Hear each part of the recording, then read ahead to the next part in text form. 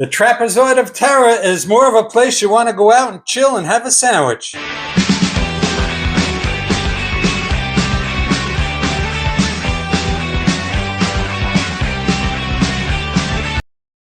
If you said Rutgers would have 5 players in double-digit scoring at home against Iowa and said they'd win, you'd be wrong.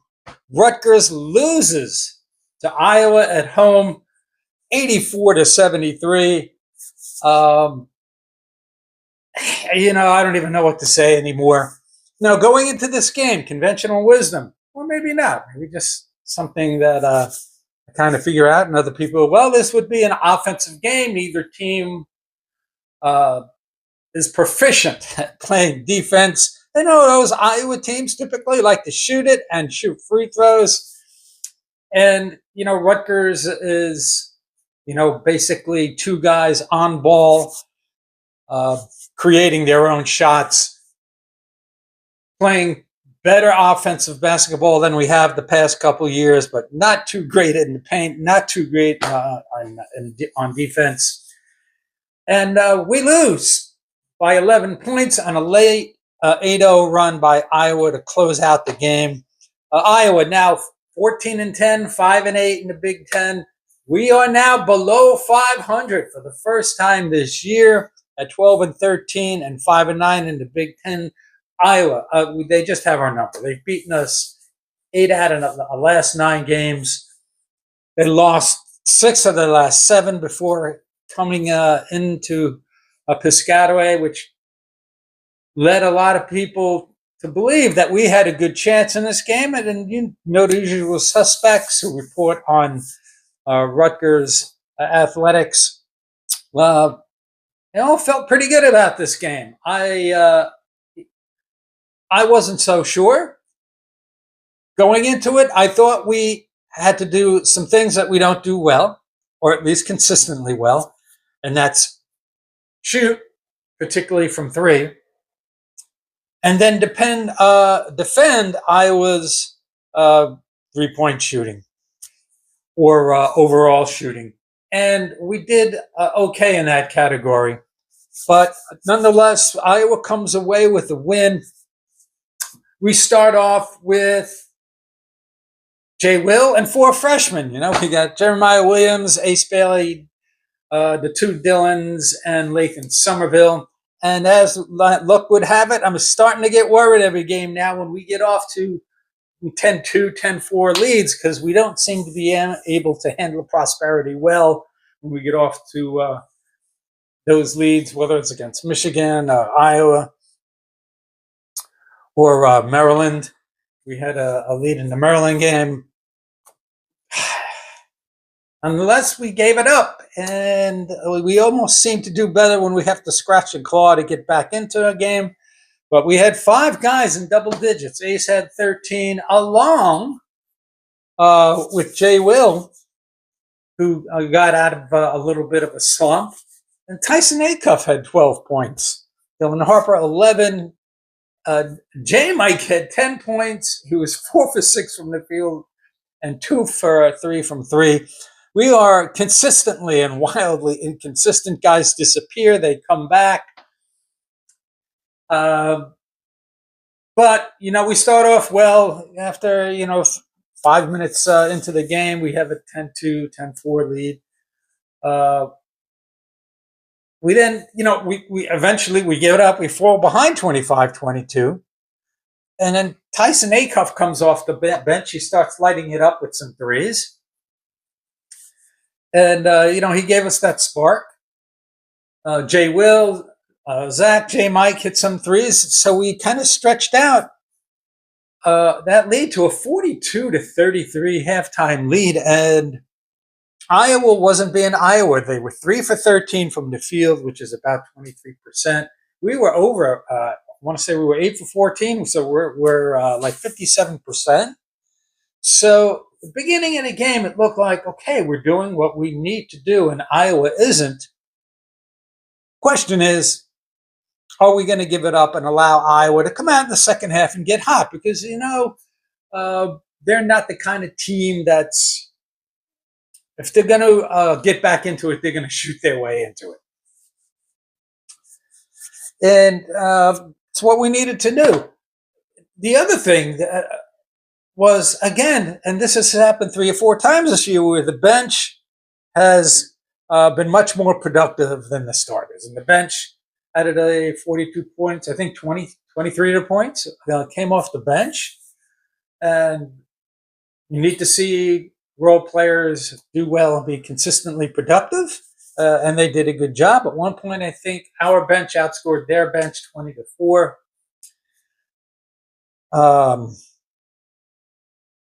Halfway through the first half, Iowa did grab the lead at 21-20. Peyton Sanford, who had a really good night, hit a three that put them ahead. But nonetheless, going to halftime, up 9 points, and the script flipped the start of the second half. We started to turn the ball over. We had a few turnovers in the first couple minutes. We cooled off from the field. We weren't hitting not only our 3-pointers, but our 2-point shots. We went 4 for 14 at some point. But nonetheless, we were kind of trading shots, and it was, a nip and tuck kind of game, as it tends to be with Rutgers games, no matter what's going on. And, Iowa winds up tying the game at, I want to say, like at 53. I don't know, there may be 10, 12 minutes left in the game. Josh Dix, who had a big night, 26 points. He kind of put them on a run when they were down like 7 points. And he had a couple threes. He had, Peyton Sanford added 20 points. Those two guys were big in critical moments to pull Iowa ahead when they needed them. And so, after some back and forth, nip and tuck, with a,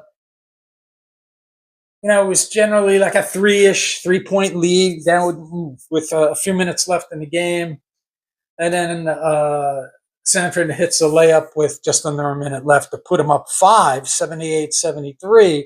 And then at that point, you're like, unless somebody hits a big shot here, it looks like the momentum, the ability to close out the game was kind of narrowing.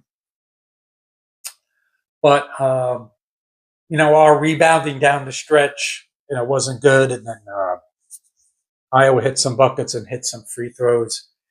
And they win the game by 11. And, we talk about a lot how there's these handful of bucket of things that we don't do well, and any number of them contribute to our loss on a night-to-night basis. We got killed in the paint again, 44-28. I thought shooting had to be important. In the first half, we were good. Iowa was not good. But Iowa, even though they didn't do a good job in the second half with 3-point shooting, they from 3, they just weren't good. Their 2-point shooting, they stepped up their game. They wound up shooting 51% for the game, so that's really good. That was the reason why they were able to get back in it. We shot around 48 after shooting 40% last game. We did have a couple games, when we won a couple games, we were in the high 40s, around 50. That's where we need to be if we want to have success. Shot 48%. That's not bad, but it wasn't good enough, especially in the second half. We had a couple games in a row where we were shooting free throws really well, hitting 82, 84%, and attempting over 30 shots. Not last night. Both teams solid from the free throw line. Not a lot of foul shooting. We were 7 for 8, and Iowa was 9 for 10. The 3-pointers. Iowa, not good. 7 for 25, 28%. Boy, if they hit a few more, this might have even been a bigger blowout. But we were good. 40% for us is really good. We were 10 for 25. Wasn't enough, as it was all concentrated in the first half when we took that lead. And by the second half, we went cold. And as we tend to do with our shooting. And we couldn't keep pace. Rebounding, Iowa out-rebounded us 34-30, but, our inability to grab some rebounds late hurt us and allowed Iowa to put the game away and stay ahead for good. And Iowa also had 8 steals. We had 3 steals, but Iowa was able to get 14 fast break points. So that was another thing where, turning the ball over, giving up fast break points, not defending the paint, not shooting as well as you need to. Those things all come into play in losing to Iowa. It's not a lot to say anymore. We are now below 500. Who had that on their bingo card at the beginning of the year? Absolutely, positively nowhere. If I had to guess where we would have been after 25 games, I would have said something like, 17-8, 16-9, and needing to close out strong to have a good shot to make the big dance. Needless to say, our path forward to even the NIT or making a run in the Big Ten tournament has narrowed beyond the point where we're not going to be able to get through there. Profoundly disappointing season. Unless something miraculous happens where we just go on a run, which is kind of not like us, really. You win 6 in a row for whatever reason, even if luck's involved, okay. But the question remains and the question begs, if we don't even make an NIT, and even that's narrowing right now, what's in store going forward?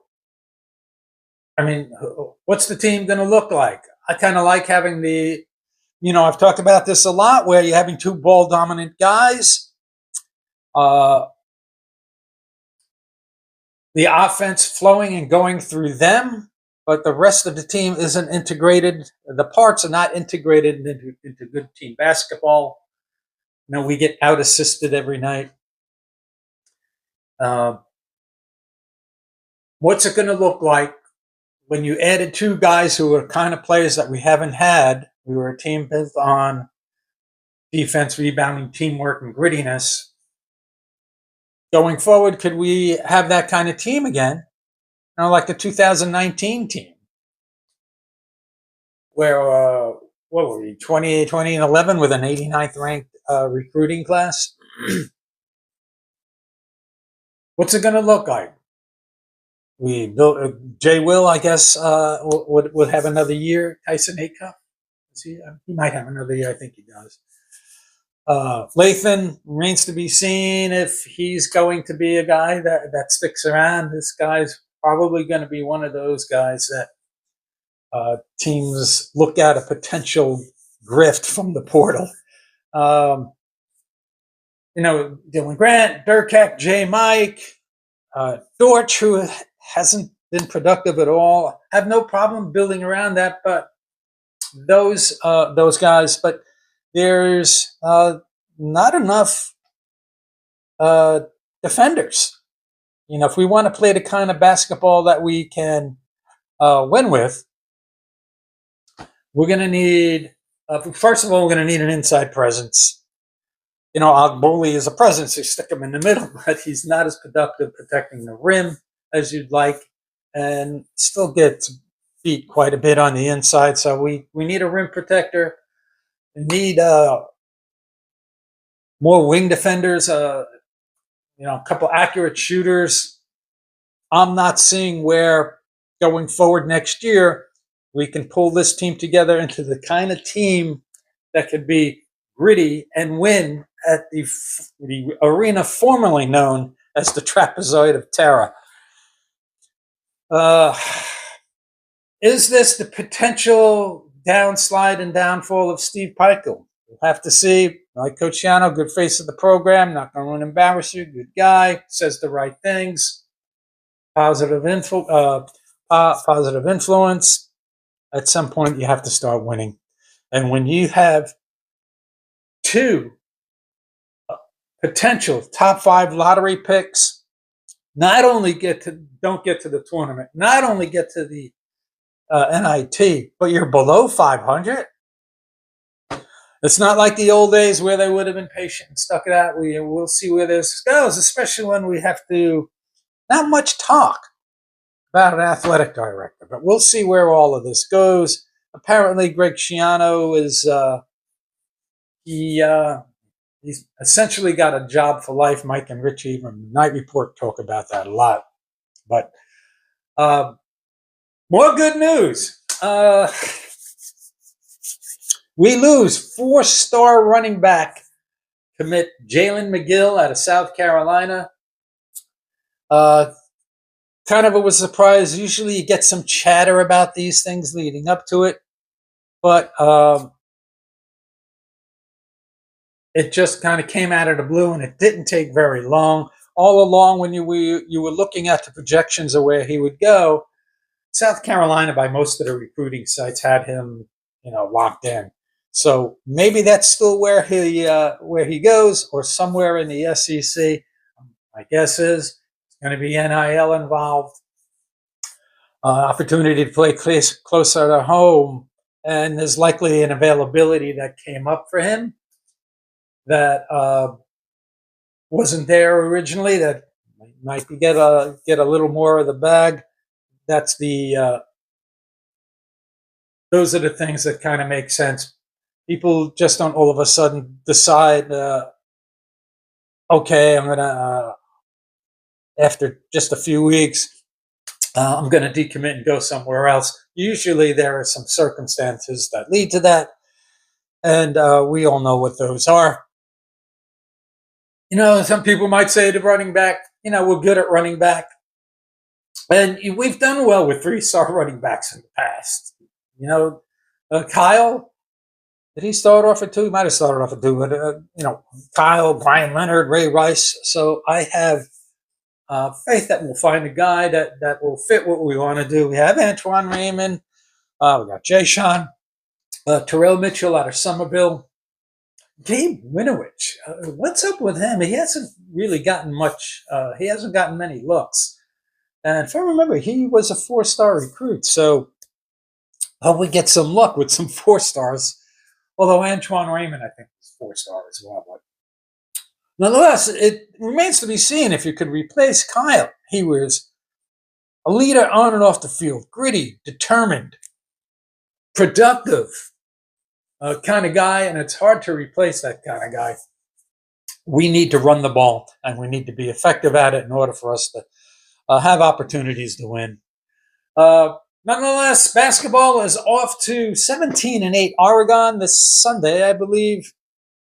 Boy, 12-14. This would be unbelievably disappointing. Oregon got off to a hot start this year. Looked like they were going to be a top 10 team, but they kind of cooled off a little bit of late. Nonetheless, going across the country against a good team. We'll see this how this shakes out. Not a great week for Rutgers athletics. Nonetheless, everybody enjoy your week. Had a little bit of snow up in North Jersey last night. It's going to be a little more stormy kind of weekend. Enjoy your weekend, everybody. We'll see you in the next one.